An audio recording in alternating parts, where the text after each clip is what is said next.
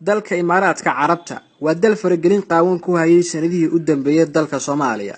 Dawladdii tan ka horeysay Xasan Sheekh hogaaminayay Imaaraadku waxay la lahaayeen xiriir wanaagsan, waxayna si fudud ku heli jireen danahooda gaarka oo ay ka lahaayeen dalka, balse waxay wax walba isbedeleen kadib doorashadii madaxweyne Maxamed Cabdilaahi Farmaajo oo la yimid siyaasad ka duwan tii Xasan Sheekh. Wuxuuna durba ka hor yimid heshiiskii dekada Berbera kula wareegeen Imaaraadka, waxayna arintaasi ku noqotay Imaaraadku fajac cabsi soo wajahday. Madaxweynuhu wuxuu safarkiisa ugu horeeyay ku tagay Sacuudiga isagoo kala hadlay inay soo kala dhex gasho dawladdiisa iyo Imaaraadka, gaar ahaan xiisadii ka dhalatay dekada Berbera. Waqtigaasi Imaaraadku wuxuu dalkiisa ugu yeeray safiirkii u fadhiyay Soomaaliya, waana halka khubaro badan oo siyaasadda Soomaaliya u dhundaloolay aaminsan yihiin inay tahay halkii Imaaraadku ka soo raacay Soomaaliya, isla markaana sababay xiriirkan xun ee kala dhaxeeya dawladdan cusub. haddaba waqtigaasi wixii ka dambeeyay Imaaraadku waxay u kaba gashteen qaabkii meesha looga toori lahaa dawladdan cusub oo iyagu u arkan inay tahay qatar xaggooda ku soo wajahan kana hor imaanaysa danahooda gaarka. iyagoo adeegsanaya siyaasiyiin calooshadu shaqaystayaal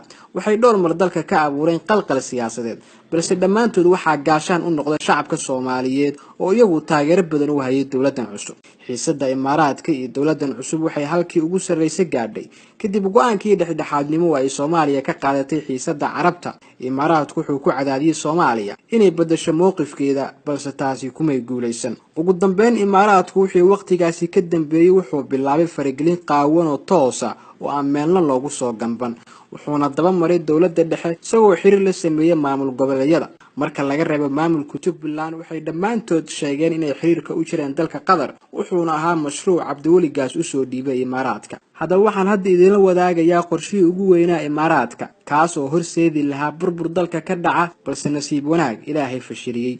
waa qorshe dalka dib ugu celin lahaa 1991.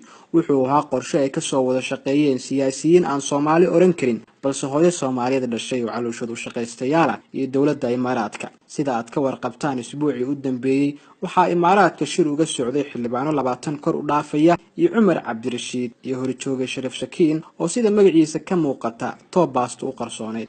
qorshahan qaybtiisii koowaad wuxuu ahaa weerar qorshaysan oo ay ciidamadu Imaaraadku tababar ku qaadaan guriga Senator Cabdi Qaydiid oo aan sida uga fogeen xarunta laga maamulo ciidankan.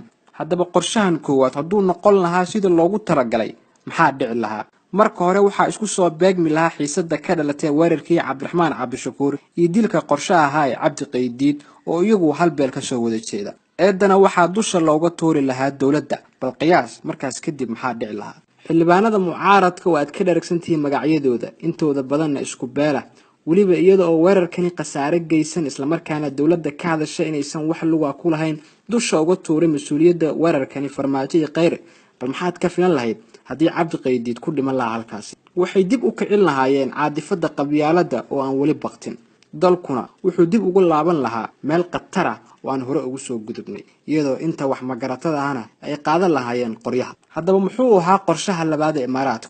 qorshaha labaad ee Imaaraadku wuxuu ahaa markii uu dalku kala qaybsamo isla markaana dawladda la rido inay kursiga keenaan oo ay madaxweyne ka dhigaan Cumar Cabdirashiid, ra'iisul wasaarena laga dhigo Cabdiraxmaan Cabdishakuur. inkastoo qorshahan fashilmay, haddana waxaa la filan karaa kuwo kale oo la mid ah.